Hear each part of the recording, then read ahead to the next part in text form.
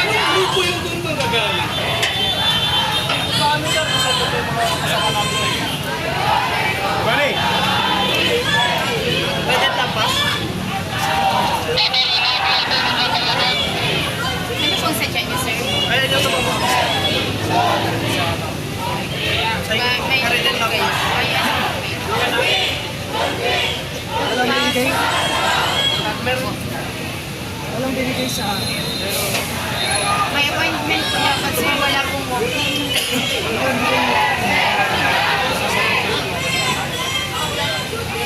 Ano ang pamilya niyo, sir?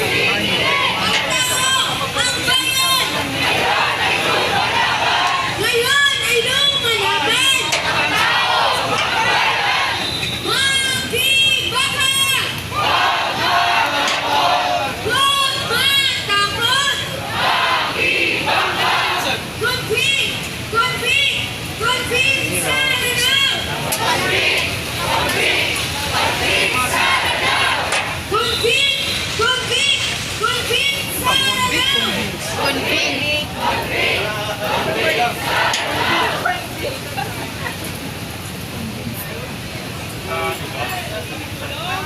Kahit yan ang pinalakasan, dito na lang ilak mo para hindi ka na yung mukha. Saan si Sasko yan?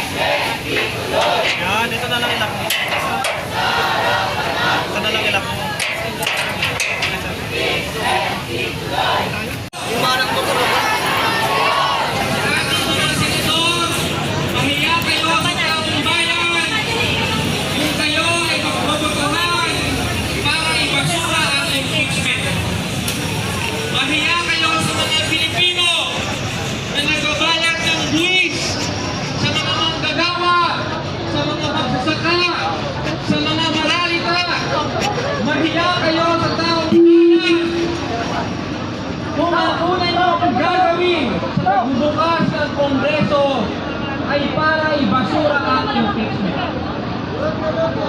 Buti sana po ang pagbobotohan nyo mamaya ay para sa dagdag na sahod, para dagdagan ang budget para sa ayuda at serbisyong panlipunan.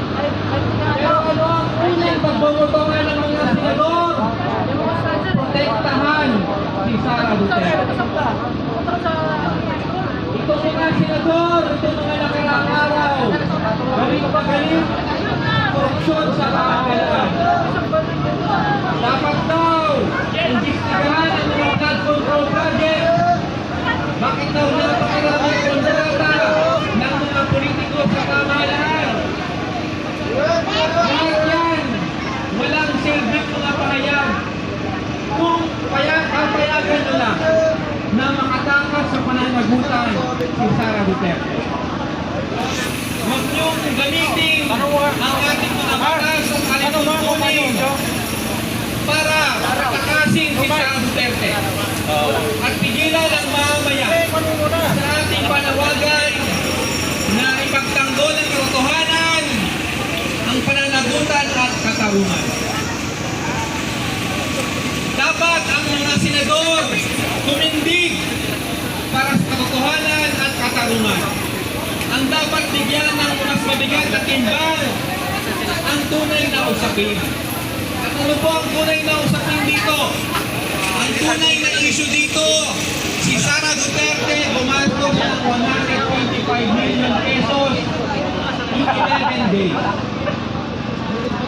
Ang kanyang confidential funds, 600 million pesos. Huwag niyong sabihin na ito ay hindi issue ng mga karaniwang tao. Dahil ang pera na yan, dapat sana nagamit ang katotohanan, pananagutan at katarungan. Ang ating mga senador, dapat maging senador ng taong bayan. Hindi senador ni Duterte, hindi sunod-sunuran sa Malacanang. Dapat tumindig ang mga senador para magbigay ng aral sa lahat ng ating mga opisyal. Dahil kung ibabasura ang impeachment mamaya, ano ang aral po dito? na ang mga tiwali, ang mga magnanakaw, pwedeng magpatuloy sa kanilang pagnanakaw basta kakampi nila ang mga senador. Kakampi ang Korte Suprema, kakampi ang Malacanang. Papayag ba tayo doon, mga kasama? Papayagan ba natin na ibasura ang impeachment mamaya? Kaya ito po ang ating babala sa mga senador. Kapag tinuloy at